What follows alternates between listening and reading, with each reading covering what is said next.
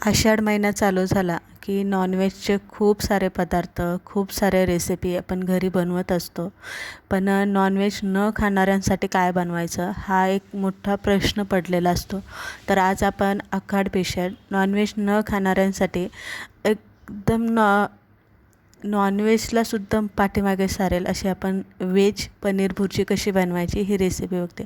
त्यासाठी मी ते 250 ते 300 ग्रॅम पनीर असं खवून घेतलेलं आहे. कांदा आणि टॉमॅटो तुम्हाला जितका बारीक चिरता येईल तेवढा बारीक चिरायचा आहे. 2 हिरव्या मिरच्या लागणार आहे आणि हे मसाले लागणार आहे आणि आलं लसणाची पेस्ट आपल्याला इथे लागणार आहे.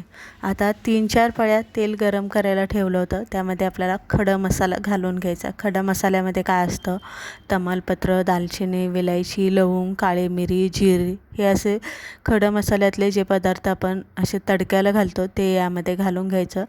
बारीक चिरलेला एक वाटी कांदा यामध्ये घालायचा आहे. कढीपत्ता घालायचा आणि कांदा नाही ते कच्चा ठेवायचा नाही आहे. तर चांगला असा लालसर होईपर्यंत परतून घ्यायचा आहे. नंतरनं थोडासा कांदा बाजूला सारायचा आहे, सारून घ्यायचा आहे आणि त्यामध्ये आपल्याला आलं लसणाची पेस्ट 1 चमचा आणि 2 चमचे आपल्याला इथे बेसन पीठ घालून घ्यायचं. जेव्हा आपण पनीर भुर्जी बनवतो तेव्हा त्यामध्ये आवर्जून 2-3 चमचे बेसन पीठ घालायचं, जेणेकरून पनीरचं आणि कांदा टोमॅटोचं मिश्रण जे आहे ना ते एकजीव असं मिळून येतं. आलं लसूण आणि बेसन पीठ भाजून घेतलं की मग आपल्याला यामध्ये टोमॅटो घालायचा आहे. आता इथे तुम्ही टोमॅटो एकदम बारीक चिरून घाला, परत एकदा सांगते. नंतरनं जे दाखवलेले मसाले ते मसाले यामध्ये घालून घ्या. हळद, हिंग, लाल तिखट, कांदा लसूण मसाला, गरम मसाला, धने पावडर आणि जो आपण घरगुती बनवलेला असतो मिक्स मसाला तो यामध्ये घातलेला आहे. चवीप्रमाणे मीठ आणि थोडी कसुरी मेथी आवर्जून घालायची. कसुरी मेथीमुळे ना भुर्जीची जी चव आहे ना ती खूप छान लागते.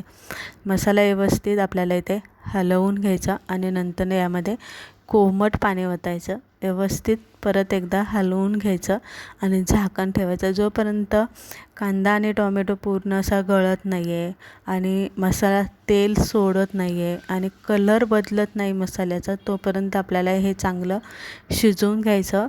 आतनं चांगलं असं हलवत राहायचं, म्हणजे तसं ग्रेव्हीसारखं त्याचं टेक्स्चर होतं. आता साधारणतः 10-12 मिनटं मला इथे लागलेले आणि आतनं मी असे हलवत पण होते.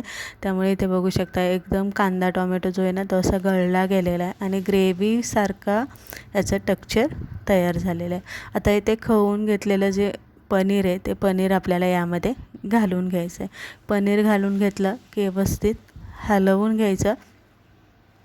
बारीक चिरलेली कोथिंबीर तुमच्याकडे असेल, बारीक चिरलेली कोथिंबीर यामध्ये घालून घ्यायची आणि यामध्ये आपल्याला थोडंसं बटर घालून घ्यायचं. बटर तुम्ही सुरुवातीला कांदा परतता तेव्हा वापरलं तरी चालेल किंवा नंतरनं असं माझ्यासारखं नंतरनं वापरलं तरी चालेल. झाकण ठेवायचं 5 मिनटं, परत वाफ देऊन घ्यायची पनीरला, म्हणजे मसाल्यामध्ये पनीर व्यवस्थित शिजलं पाहिजे, चांगलं असं मुरलं पाहिजे. तर इथे बघू शकता 5-6 मिनटानंतर छान अशी आपली अगदी ढाब्यावरती मिळते त्याहीपेक्षा भारी चविष्ट अशी आपली ही पनीर भुर्जी आहे ना बनून तयार झालेली आहे.